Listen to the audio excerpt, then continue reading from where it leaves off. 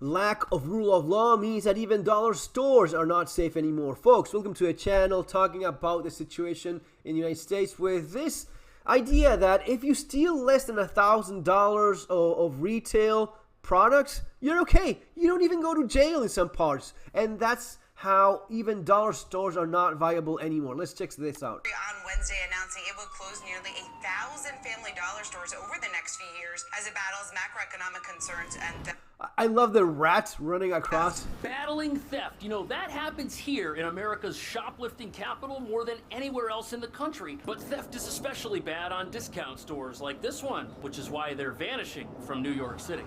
The growing New York is such a shithole. Even for people that are like in a better financial position, good jobs, it's just so expensive to live there, and they just steal from you so much. They just move over to Florida, and that's not even going into the madness on the street with just crazy people attacking one another with a certain type of men that we cannot exactly identify, randomly hitting white women simply because it's a place that seems like hell. Problem with shoplifting. You've probably seen cases of merchandise, things like toothpaste and laundry detergent locked up behind glass at your favorite store. The problem getting so bad, New York State is setting up a task force to tackle it.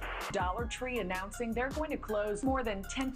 But you can't. They can't. This is why politics matter. This is why I talk so much about politics in a channel. It's about survival and preparedness. Again, this is stuff I've gone through myself. Remember, you can get my book, Surviving the Economic Collapse, as well as Street Survival Skills. I always say that this is a practical aspect of being safe when you see the craziness going into the streets wherever you are. And this is how you end up in that position. The political aspect of how certain decisions, voting in a certain way, supporting certain agendas, and having these leaders deciding that, nope, we cannot touch them. They're just poor victims of the evil capitalist empire, so let them just run loose, steal as much as they want, and do nothing about that. When you remove the idea of rule of law, anarchy is what you have in return. But because of this, because of the decision being made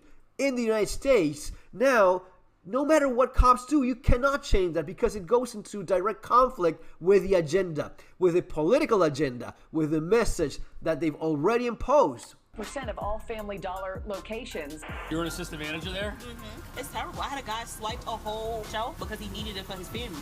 They have no shame about it. They know there's no consequence, or they have the perception that there's no consequence. The discount retail. No, it's not that they have perception.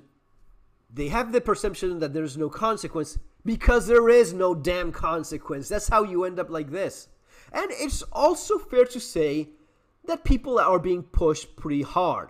It's also fair to say that, yeah, you're not exactly in an environment where, let's say that someone is trying to make an honest living, right? How far can you push people through inflation, through exploitation by financing damn Amazon, but at the same time their own employees cannot earn enough to live decently? There's also something to be said about that. Now, it does not justify being a damn criminal, but in my experience, and I have quite a bit of it in these things, there's usually an element of that as well. It is usually political, it's usually social, the idea of you are the victim because you're a minority. So you have the right to go in there and steal as much as you want. You have the right to punch the white lady because she's a symbol of oppression. Right, yeah, there is a lot of that, way too much. There's also people that are quite desperate because they're honestly struggling. There's honestly people that are having a hard time getting to the end of the month.